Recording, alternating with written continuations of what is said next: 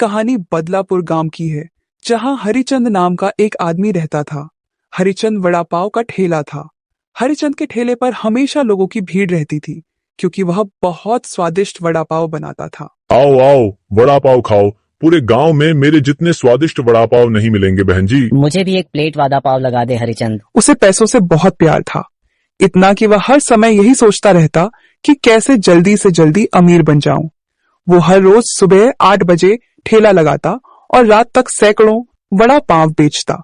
लेकिन उसके दिल में पैसों की इतनी लालच थी कि उसे उसकी कमाई बहुत कम का। हरिचंद का एक भाई होता है छगन, जो बहुत गरीब होता। हरिचंद उसकी कोई मदद नहीं करता। और फिर कुछ दिनों बाद छगन भी वहां पर वड़ा पाव का ठेला शुरू करता है, और उसका भी वड़ा पाव स्वादिष्ट और साफ सुथरा होता है। लोगों को छगन का वड़ा पाव ज्यादा स्वादिष्ट लगने लगता है और छगन के ठेले पर ज्यादा गर्दी होने लगती है। छगन, तेरा वड़ा पाव तो हरिचंद से भी बढ़िया है और स्वादिष्ट भी। छगन भैया, मुझे भी एक प्लेट वड़ा पाव दे दो। छगन इतने ग्राहक देखकर ऊपर वाले का शुक्र मानता है, लेकिन हरिचंद को ये बर्दाश्त नहीं होता। इस छगन के आने से मेरा सारे ग्राहक छगन के पास जा रहे हैं। इसका तो गेम बजाना पड़ेगा। एक दिन रात के समय जब छगन अपना ठेला बंद कर कर अपने घर चला जाता है, हरिचंद चुपके से आकर छगन के ठेले को आग लगा देता है। छगन का ठेला आग में जल जाता है। छगन का पूरा सामान जल जाता है और दूसरी जगह पर वड़ा पाव का नया ठेला शुरू करता है। हरिचंद बहुत खुश हो जाता है और कहता है, हाँ हाँ, चलो बला टली।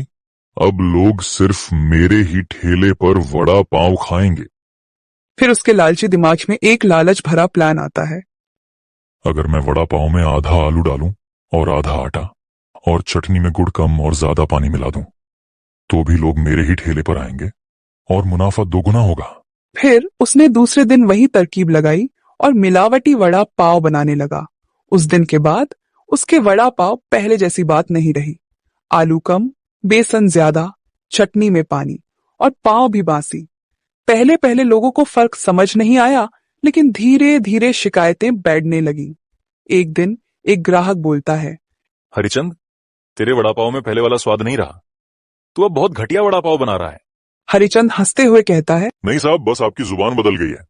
पर समय का खेल बड़ा अजीब होता है। एक दिन एक आदमी ठेले पर वड़ा पाव खाने के लिए आता है। वड़ा पाव खाने के बाद वो आदमी गुस्से में कहता है, छी छी, कितना गंदा टेस्ट आपके वड़े पाव का, फिर भी कीमत दोगुनी है। इतने पैसों में ऐसा ही टेस्ट मिलेगा। खाना है तो खा, नहीं तो चला जा। कुछ ही दिनों में हरिचंद के ठेले पर भीड़ कम होने लगती और सब लोग छगन के वड़ा पाव के ठेले पर जाने लगते हैं, जिनमें साफ सफाई और स्वाद दोनों थे और कम कीमत। छगन भैया, मुझे भी एक प्लेट वड़ा पाव दे दो। हरिचंद परेशान होता है। तभी वही आदमी फिर से हरिचंद के ठेले पर आता है, लेकिन इस बार उसके साथ एक कैमरा टीम थी। वह बताता है, मैं एक फूड ब्लॉगर हूं। मैंने तुम्हारे ठेले की सच्चाई सबके सामने रख दी है।